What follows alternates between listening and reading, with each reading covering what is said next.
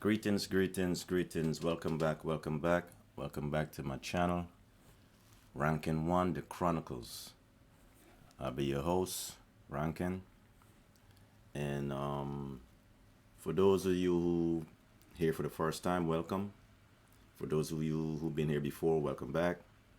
And y'all already know that, I often do, I'm into this manosphere, Jordan Peterson, Andrew Tate type stuff, Kevin Samuels type stuff, because I kind of share the same beliefs with them. But I'm just gonna do a quick, this video. We're just gonna do like a mashup of my man Jordan Peterson, JP, some of his favorite comebacks, some of his let's call it Jordan Peterson classic comebacks or whatever. Anyway, let's see what this is looking like. Jordan Peterson comebacks. Let's go. Do that. And here we go. The presence of Nazis and white supremacists assaulting people at your protest. Do you have any comment on that? Yeah, I don't like Nazis. And I'm sure, I would hope that if I were a student of Dr. Peterson, that he would refer to me as she and wouldn't have a problem with that. But at the end of the day, our personal pronoun preference still is a preference for what language other people use. And at the end of the day, I don't have ultimate control over what Dr. Peterson, what the language he chooses to use, or anybody else for that matters. That's up to them. Okay, let me find out then. Arises, Let me find out. If she were a student of yours, what would you call her? She. You would. Okay. Off the bat, the way it's one thing like I said before to say again, man. This guy, he listens to people, but you can see the way he's sitting there. He's just listening to. Well, I guess that's a trans. He's listening to her. She. Damn, I don't know what pronoun. Well, he's listening to the individual. You can see the way he was sitting there, just sitting there. He was listening to what she is saying. But forward. We've established that. Why should your right to freedom of speech trump a trans person's right not to be offended? Because in order to be able to think, you have to risk being offensive. Look at the conversation we're having right now. Like you're certainly willing to risk offending me in the pursuit of truth. Why should you have the right to do that? It's been rather uncomfortable. Well, I'm very glad I put you on the spot. Well, I'm very glad that I have but you get exercised my my freedom point. of speech. You get my point. It's like you're doing what you should do, which is taking a bit to see what the hell's going on. So and do that is you- what you should do. But And you're you exercising think- your freedom of speech to certainly risk offending me. And that's fine. You see that right there? That's something I always say, especially in this day and age where everybody wants this equal rights, gender neutral, all this. You guys know, you guys know what's everything that's going on. I don't gotta. If anybody's paying attention to what's going on right now, in the world we live in, whatever. But yeah, this freedom of speech and everybody wants to be able to express itself, just like he just said. She exercising her freedom of speech and her right to feel like she want to interrogate him. But then on the other hand, he shouldn't exercise his right by feeling the right to defend himself and say how he feel about what he feels. That's crazy, man. Let me just run that back a little bit so we can get it in full context. Right? Okay, this is where she starts to like question him about what he feels about the transgender or whatever it is. But let's get it from here. Rather uncomfortable. Well, I'm very glad I put you on the spot. Well, No, that's not far enough. because in order to be able to think, you have to risk being. To freedom Okay. of speech Here we go. trump a trans person's right not to be offended. Because in order to be able to think, you have to risk being offensive. Look at the conversation we're having right now. Like you're certainly willing to risk offending me in the pursuit of truth. Why should you have the right to do that? It's been rather uncomfortable. Well, I'm very glad I put you on the spot. Well, I'm very glad that I have but you exercised get my my freedom of point. speech. You get my point. It's like you're doing what you should do, which is taking a bit to see what the hell's going on. So And do that is you- what you should do. But and you're do you exercising think- your freedom of speech to certainly risk offending me. and that's fine. I think more power to you as far as I'm concerned. So you haven't sat there and I'm just trying to work that out. I mean, See that? Gotcha. you have got. You see that? You see that? And that's exactly it. She was. You see what we just witnessed right there? She was glitching in real time. We witnessed her had a brain fart in real time because of what he just said to her. He broke her down right there. She blanked out. She lost her train of thought. She couldn't even think of what it is she was trying to say. She forgot completely because he stumped her with that whole freedom of speech analogy that he just gave her. And that's exactly what I'm saying. The same way people feel like they have the right to believe how they want to believe and what they believe and force they believe, or bring on to you whatever they think. You know what I'm saying? The same way you have the right to defend your right not to believe or not to accept. He stumped her. She glitched out. She didn't even know she lost her train of thought. And that's the stuff me and my coworkers, when we get these conversations and these back and forth, you know what I'm saying? That's the type of stuff we be talking about. Like, you can't want to have your beliefs and, you believe certain kind of way, but then you want to, the person on the next end of the receiving end of your belief should just accept. No, we're all entitled to our beliefs and what we believe in and how we want to move. That's freedom. That's freedom of speech. That's critical thinking. That's being able to think for yourself, not blindly just following whatever people think you should follow, or whatever people think is okay. But whatever. I'm talking too much, y'all. Let me let the video cook. You have got me. I'm trying to work that through in my head. And there's not a secular humanist organization or country on the planet that has ever produced as a good thing, an intentional good thing, rapists and murderers. So, Well, that's highly debatable. That's highly debatable. actually, one of the it's things absolutely true, because there's never been a secular humanist government on the planet. I don't know. I think the Soviets were pretty secular. No, humanists. they. Then, I know with all due apologies, you do not know the first thing about what secular humanism is. You should read the Secular Humanist Manifestos, because what happened in Russia, in communist countries, was an institution of a religious-like structure centered around an individual and forced atheism, none of which is consistent with humanism. The great American philosopher Beyonce Knowles said that it has been said that racism is so American that if you challenge racism, you look like you're challenging America. We are challenging inequality. We are challenging the refusal to see me as an individual. When we overcome that, have at it. We're all on equal No, playing so, field. I think it's good. I think it's good. Water's getting stirred here. So Beyonce made a quote, and she's now the great American philosopher. But I get the point. I get the gist. Anyway, let me let it cook. Forward. Couple of questions. So your side spoke, so I'm going to go to Jordan, then to you, Let's Michelle. assume for a moment that I've benefited from my white privilege. Okay, so let's assume that. That's a good fine. assumption. That's a Yeah, good well, that's what you would say. So, so let's say, here, let's get precise about this, okay? Was that very individual of you? Let's get precise about this, okay? Let's get precise. To what degree is my present level of attainment or achievement a consequence of my white privilege? And I don't mean sort of. I mean, do you mean 5%? Do you mean 15%? Do you mean 25%? Do you mean 75%? And what do you propose I do about it? How about a tax?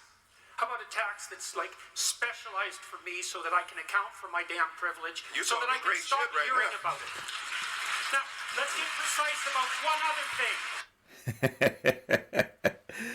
Jordan challenging the white privilege comment as if it should be taxed. I like that. I like that. Okay? We'll get precise about one other thing. Precise. Yeah, precise, yes. And so, if we can agree, and we haven't, that the left can go too far, which it clearly can, then how would my worthy opponents precisely define when the left that they stand for has gone too far? You didn't like equity, equality of outcome. I think that's a great marker. But if you have a better suggestion and won't sidestep the question, so let's figure out how I can dispense with my white privilege, and so that you can tell me when the left has gone too far, since they clearly can. And that's what this debate is about political correctness. It's about the left going too far. And I think it's gone too far in many ways. And I'd like to figure out exactly how and when so the reasonable left could make its ascendance again and we could quit all this nonsense. When you talk about, feminizing men, it almost sounds derogatory. It's almost as if you're saying that to be feminine or to express any sort of femininity is actually inferior to masculinity. And I think that is a huge problem even within the language that we use. When you say, don't be such a girl, don't be such a pussy, the greatest insults that men can give each other tend to have feminine origins, like, as I said, pussy or faggot, or anything like that. And I think, again, that speaks to a very systematic inequality between the genders. And you attributed the rates of mental illness among men to their inability to express, say, sentimental emotions. Well, I don't think there's a shred of clinical evidence to support that stance. Well, I don't think there's a shred of evidence to support that stance. The kind of violence, for example, that Lawrence is discussing is a consequence of competitive violence among young men. I think there is some evidence that men find it difficult to talk about things, and that and they also ways in which you can help young men. So she's saying that some of the phrases and the insult that men use against each other, like "don't be a pussy," is kind of like derogatory towards women because it's saying that it's like talking stuff about women. So I mean, so on the flip side, so every time a man's being insulted or abused by a woman, she get to say take it like a man, because even men tell men, most time when women come at men, we can say the same thing about when men going through hardship and men suffering, in silence or whatever, we don't really get no sympathy. You know what I'm saying? Because we got to tough it out. We got to thug it out. We often get told, take it like a man. You're a man. Be a man about it. You know what I'm saying? Because a woman like her, same woman like her, she get a masculine man around her, a man around her, she would want a masculine man. She won't want a man that's all soft and stuff. It's sad because women often say this stuff, but really and truly, they want men to be emotional and they don't like terms and phrases men use amongst men or whatever. But, and then she was talking about equality. She told equality in there, whatever, somehow she told, but it's like, that's the problem. We're not equal. We're not the same. We're not the same. Men and women are different. So how women communicate with women is different from how men communicate with men. You know what I'm saying? Men don't communicate with men on an emotional stuff, in an emotional way. Men communicate with men as men, like, yo, don't be a pussy, man. What are you doing? Stop being a bitch. That's how men talk.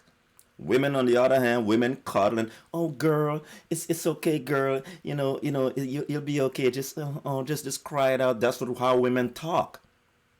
We're not worried about how they. You know what I'm saying? Y'all do what women do, and let us men do what men do. It's that simple. That's why we're different. We're not the same.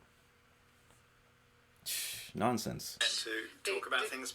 And that's the evidence for the differential rates of mental health and suffering?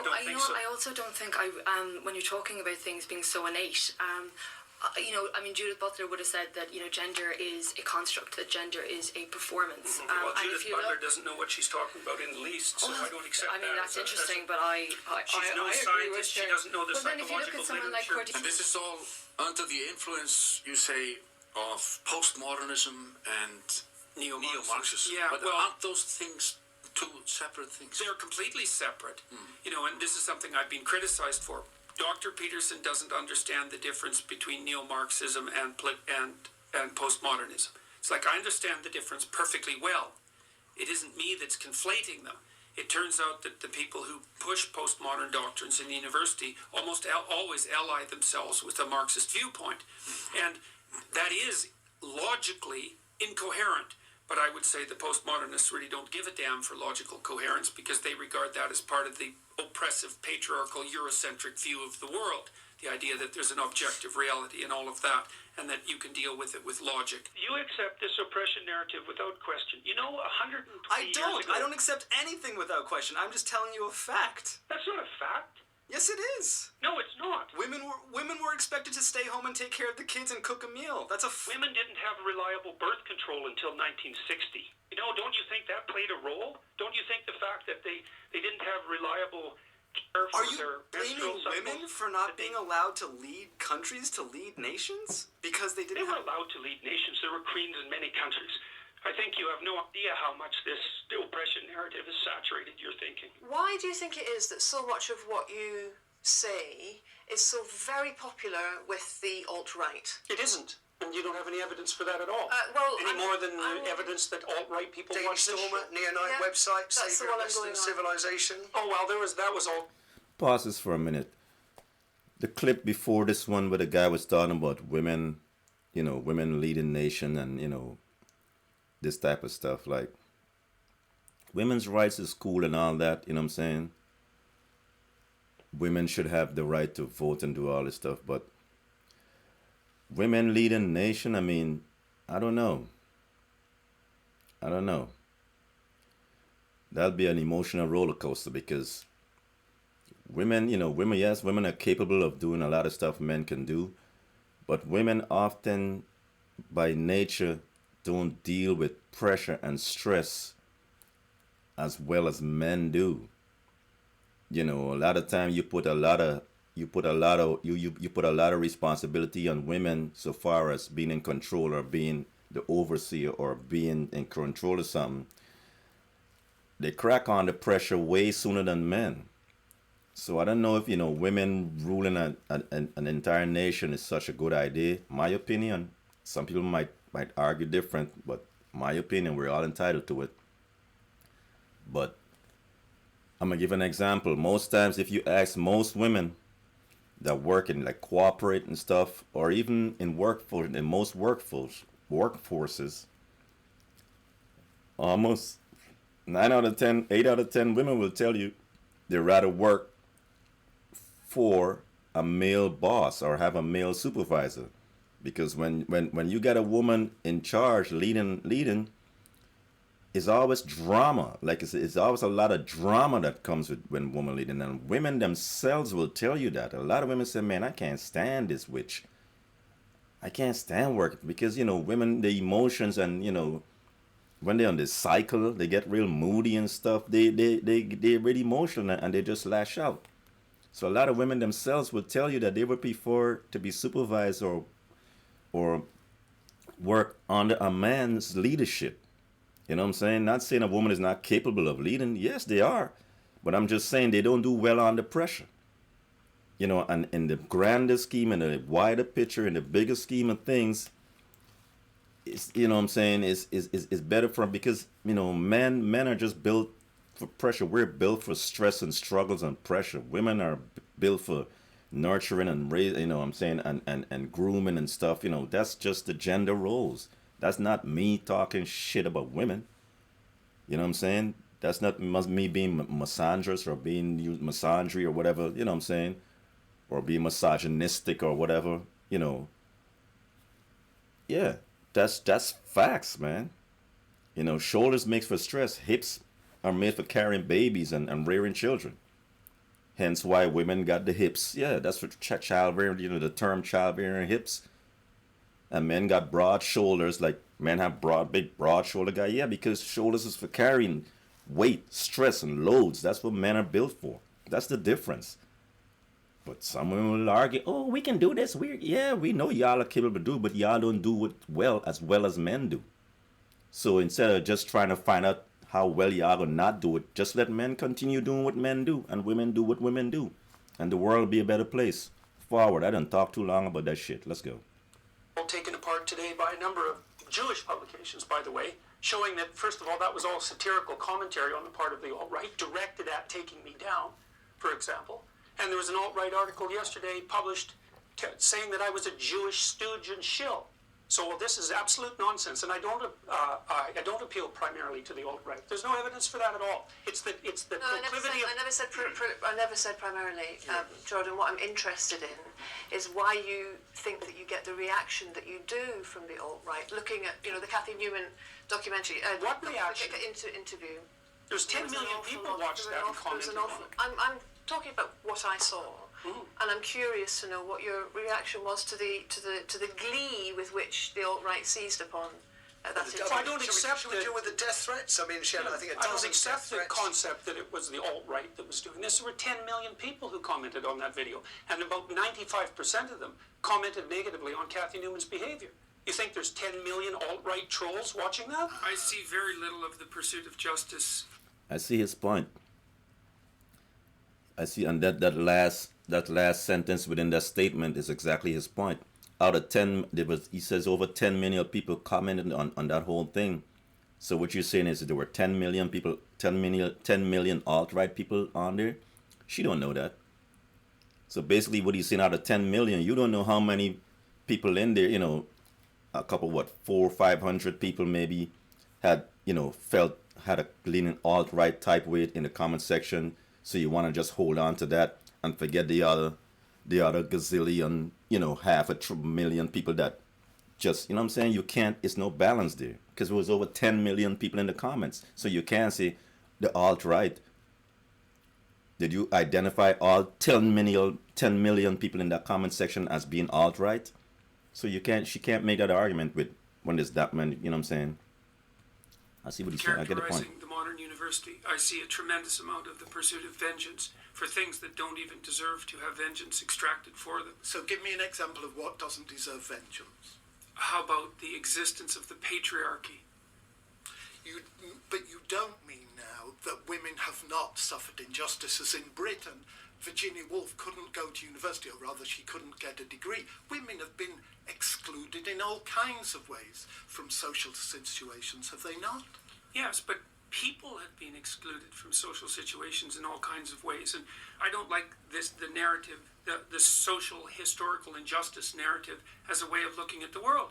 The way that young people now are taught about the relationships between men and women throughout history is that the fundamental narrative is that men oppressed women throughout the course of history, and then that kind of came to an end when everybody woke up in 1964. No. Yeah, really. No, listen, I don't know. 100%. The way this narrative, the way they talk about women's rights in this day and age, you have young people that's coming into the world now, the way that, you know, this thing's being talked about, you would believe that women were literally, they make it almost sound like if women were enslaved by men throughout the whole history up until women started to get rights. That's how they make this shit sound, the way, you know, when you listen to some of these, when you look at some of these debates and these when they're trying to pass laws and bills, you know, to favor women and give women privilege, well, not privilege, give women rights and stuff. It's they almost make it sound like women were in shackles and chains, bro. And they weren't.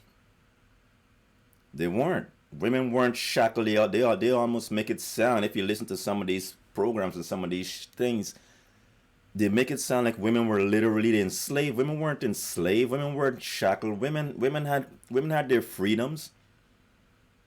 If it's the only thing I could say is women were really more so housewives. They were expected, because they were expected to be home and raising kids. Yes, it's a whole lot of truth in that. Anybody knows anything about anything knows that, but that's only because it was a different world back then. The world wasn't as civilized. The world wasn't as forward thinking. The world wasn't as developed. So men were more so. It was more so of a, like they said, patriarchy, because men had to go out and hunt and fight wars and provide, and literally, you know, men literally had to go out and fight and hunt and provide for their family. So yes, men were kind of, you know, the head. Men were kind. It wasn't like a patriarchy. It wasn't where men just tied women up and tell them, "Don't leave. You gotta stay. Oh, I'm the boss. I see you do what I say." It wasn't that. It was just that it was a different time. It was a different time in the world where men had to go hunt and provide. So it made sense for the women having the babies to stay home and raise the kids and take care of the house, while the men go out there and die and fight and bring back food. That's what it really was. But how they spin it nowadays with trying to get women rights and stuff, and they always go back, you know, women couldn't vote, women couldn't do this. Okay, true. But it's not like they were enslaved. They make it almost sound like women had it so bad, like they were shackled. Women weren't shackled. Women were just pretty much at home raising children and cooking and cleaning, because men back in those days, men literally had to go out and provide. Men had to go out and hunt and kill and sometimes rob and literally steal and, yeah, barbaric type shit. So, yo, forward. What it's like in Canadian universities, but that's what I call, and forgive this European reference, that's a kind of Punch and Judy way of seeing it. That is not how universities as a whole operate. Well, that's how they operate in Canada. We had the biggest scandal in Canadian university history last year when a graduate student was hauled in front of a Maoist inquisition for daring to show a 5-minute video of me discussing issues like this on public television. The universities are in far worse shape. Maybe they're not in such bad shape in the UK as they are in North America, but they're in plenty bad shape in North America. Forgive me, and I'm sorry you were involved, but that is not the biggest scandal. The biggest scandal will be the number, for instance, of suicides that are prevalent amongst undergraduates. The fact that one academic was hauled up, in my view, inappropriately for doing what was done is not the biggest scandal. You're inflating It's not the biggest tragedy. But The it's the suicides biggest are a bigger tragedy, but it was certainly the biggest scandal. Canadian universities don't make international news. Your background, it's pretty earthy. But how did you connect that with your current political perspective? What you said that you became disillusioned with socialism. I became disillusioned with ideology. With ideology in general. Yeah, definitely. I mean, that's certainly not something that's changed. I mean, I don't like ideologues. Well, first of all, Yeah, you don't have a I guess that's it, man. But yeah, you know, I'm gonna say it again, man. It's, you know, everybody likes what they like, or everybody in tune to what they're in tune to. But you know, I'm a realist, man. I call a spade, and you know, that's just how I am. You know, we all different. Some of us are the same. Some of us got the same way of thinking. Whatever, cool. But you know, as y'all can see, I believe in a lot of the way Jordan thinks. Of course, you don't believe 100% in everything if somebody says and does, but for the most part, listen to him and the views he have about the world and how, you know, man and woman interact and all this kind of stuff. Yeah, I'm on board with that. You know what I'm saying? Because if you ask me, man, the world, you know, we live in an upside down world right now, and a lot of it is because of a lot of nonsense that's going on now with, you know, you got women trying to be men and men acting like women out here. We're out of pocket as a society, man. You know, it's like a gender reverse. It's like, no, the world, no, that's not how it's supposed to be. We're men and women, and we're different for good reasons. We're not the same for good reasons. You know what I'm saying? So I'm with him, you know, and a lot of his beliefs when it comes to that aspect, so far as, you know, gender roles and you know, a lot of stuff that's going on, so far as, you know, all this stuff we're dealing with. You know what I mean? So yeah, if y'all agree, man, drop some comments in the section. If y'all disagree, drop the comments anyways. You know what I mean? But yeah, man, like I say, y'all see my channel, it's kind of new, trying to build it up, trying to get something going, you know. Hopefully I get better at this, you know, like anybody who knows anything about YouTube or doing this kind of stuff, it's work. You know what I'm saying? It's not easy. It's a lot that comes with it. So yeah, I might see a boy lagging or glitching or whatever. Yeah, it's a learning curve, man. You know, for whoever in the comments, if you don't have a channel or you're thinking about starting a channel, start your channel, man. Whatever it is you want to do with your channel, do what you want to do. That's the beauty about YouTube. You know, I'm right now still pretty much searching for my niche. I'm just, you know, feeling my way out. It's like, again, this is a process, dude.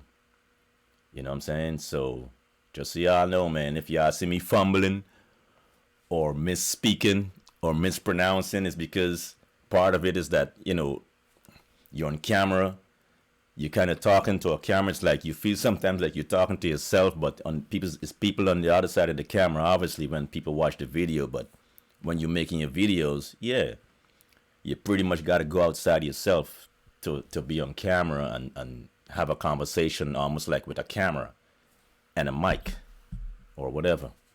or if you don't have a mic until you get a mic. Yeah, I get the gist, man. So just go ahead, man. You know, give me some comments down there and get some dialogue, man. Like I said, if you know, get some more followers eventually, start doing live streams and stuff. It's levels. It's a process. Anyway, man, y'all be easy. You know what I'm saying? Keep it sturdy. Stay dangerous. Rankin, and I'm out. Till the next one. Gone.